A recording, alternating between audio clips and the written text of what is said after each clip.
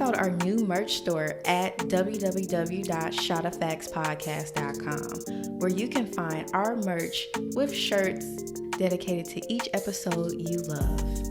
Check it out today and support a Shot of Facts merch. Now, I know it's some incentives that some states have, like Maryland, for example. I don't know if it's any other states that they pay up to $30K in student loans if you purchase a house for first-time homeowners. So is there any other incentives for first-time homeowners in correlation to like student loan forgiveness or repayment? Well, I'm not sure about that program being in Georgia. I haven't personally heard of it. 30K forgiveness. I mean, I might need to move up. Like Yeah, that's a great program. But what we do offer here in Georgia, we have a program such as like Georgia Dream that allows up to $15,000 in down payment assistance. There are also programs out there specifically for doctors or nurses, or the HERO program. Since COVID, there have been more incentives for people who are nurses, doctors, teachers, anyone who's helped or been affected by COVID-19. We also have programs such as Invest Atlanta, but there are certain stipulations with all of these down payment assistance programs. So I want to just educate your audience just for a second about what that is, because I know that a lot of people think that down payment assistance is just such a great thing. And I'm not bashing down payment assistance, but I want to talk a little bit about the pros and cons to it. Right. Nothing in life is free. So I'll start with that. When you receive down payment assistance, there are pros and cons to it. The pros are obviously that you're going to be provided assistance and not have to come out of pocket so much with your down payment. That's really the biggest pro. The cons for the program is that you're going to be required to live in a specific area. So they're going to have area restrictions. So for example, there are 4 counties that are covered under the Georgia Dream program. If you don't want to live in one of those 4 counties, then guess what? You're not going to qualify for that assistance. The reason for down payment assistance is to drive economic dollars to certain parts of a city. So if they're not receiving, the taxes, the property taxes and income that they need as a city, then they'll start to put out incentives to drive more people to those areas. So if the city is thriving on its own, they're not going to really need people moving there with down payment assistance because their property taxes are covering their roads, their police, their things of that nature. Right. So that's one way to think about it. That is the reason why, the backstory, a lot of these programs are being offered, those incentives. The other thing that a lot of those programs have as far as stipulations is that you have to live in the home for a certain number of years in order to not have to pay that money back.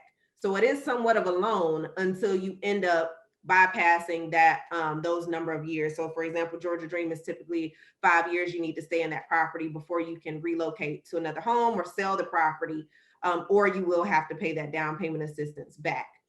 The other kind can be that the interest rate on those down payment assistance programs is going to be a bit higher than it typically will be if you have your own cash. So those are just some things to consider. So over the life of the loan, you're really paying that down payment back through interest. Right. Okay. Does that make sense? Yeah. Yeah. It's always a catch to the Yeah, so they're not giving it to you. They're just gonna get it back from you a little bit later on. That's just like student loans, essentially. Exactly. They give it to you up front, but you pay for it in the long run. So yeah. Now let's gear more towards buying properties. Let's say you want to buy a building, you want to start a boutique or a clothing store or any type of shop. How can someone get into that industry, or knowing what to buy, where to buy it, pros and cons of purchasing buildings for service or things of that sort? So basically something someone wants as an entrepreneur. So they're on office space or a hair salon, or commercial real estate is basically the question. Commercial real estate. So with regard to commercial real estate, there's a lot of red tape with regard to commercial real estate. And that's why it's not really talked about a lot. The number one thing that I see with people that are interested in investing in commercial real estate is that their paperwork isn't right. One of the things that commercial real estate does not really allow is new entrepreneurs to lease buildings or office spaces. They like to see that you have some tenure in your business and some income in your business.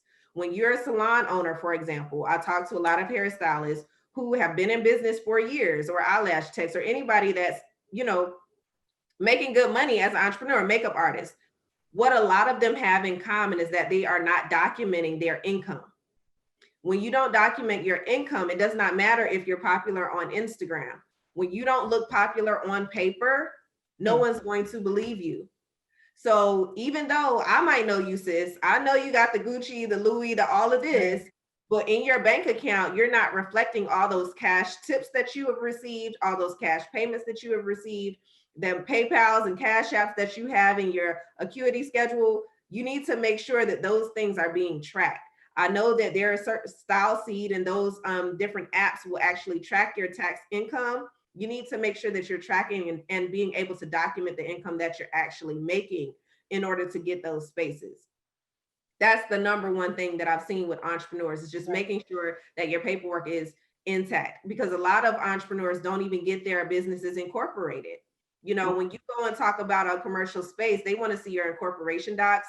They want to see your profit and loss statements. They want to see your balance sheet, your income statement. They want to see all of those documents, your EIN number. You know, they want to see that you're an actual viable business. Another thing that people need to understand about commercial real estate is that it's not like an apartment lease. It's not going to be, you know, every year over year. It's going to be a 3 to 5 year term is typically how they start out. So you have to be ready and willing to commit to your business for 3 to 5 years, or to that overhead rather, for 3 to 5 years. A lot of entrepreneurs aren't ready to commit to an office space or a warehouse or things of nature for 3 to 5 years. The actual years of proof of employment or employment, proof of income. Yes. That kind of correlates to why you need a business account too, because a lot of entrepreneurs, absolutely, they're just going straight off their personal accounts, and it's like, that's not really a good idea. That's a huge, and so that, yes, that goes back to me saying like the paperwork isn't in order. How you're tracking your finances isn't in order. A lot of people are commingling their funds, meaning that they're putting business expenses, you know, paying for business expenses out of their personal accounts and vice versa. You need to separate your expenses. One, I ask entrepreneurs, because I do business coaching and consulting with small business owners as well. One of the things that I ask them is if they have a business bank account. And you would be surprised as to how many people do not have a business bank account. And so I asked them a follow-up question. I'm like, well, how do you know if your business is actually making money? So you're investing all this time and energy into a business that you don't even know if it's actually paying you or not, because you're getting money from PayPal, Cashapp, you're doing this, you're doing that, you got a little bit of this, a little bit of that. You can't even pull out or print out a spreadsheet to say how much money you made from your business in the month of November, October, September. You're not really running a business, you're running a hobby. So people have to stop avoiding the actual foundational steps of creating a viable business. Right. Think about this.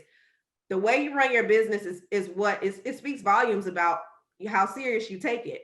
Because if somebody wanted to approach you and buy your business, would you be able to provide them the documentation that they need to make a decision on your business? If the answer to that is no, then you need to make sure that you get your paperwork in order. So hopefully that answers your question. Called me out. No. I need to get it together. Okay. You just No, this is why I invite you on the show, because it's people like me and others who are trying to make their hobbies into a business, and they don't know the ins and outs and the ropes of actually making it to that business, having that documentation, even, you know, making it an LLC or incorporating it or trademarking whatever you have, like that. These are all things that people don't really take into account, but then putting all their, you know, energy into this thing until somebody else can steal it from you, and you're out of luck.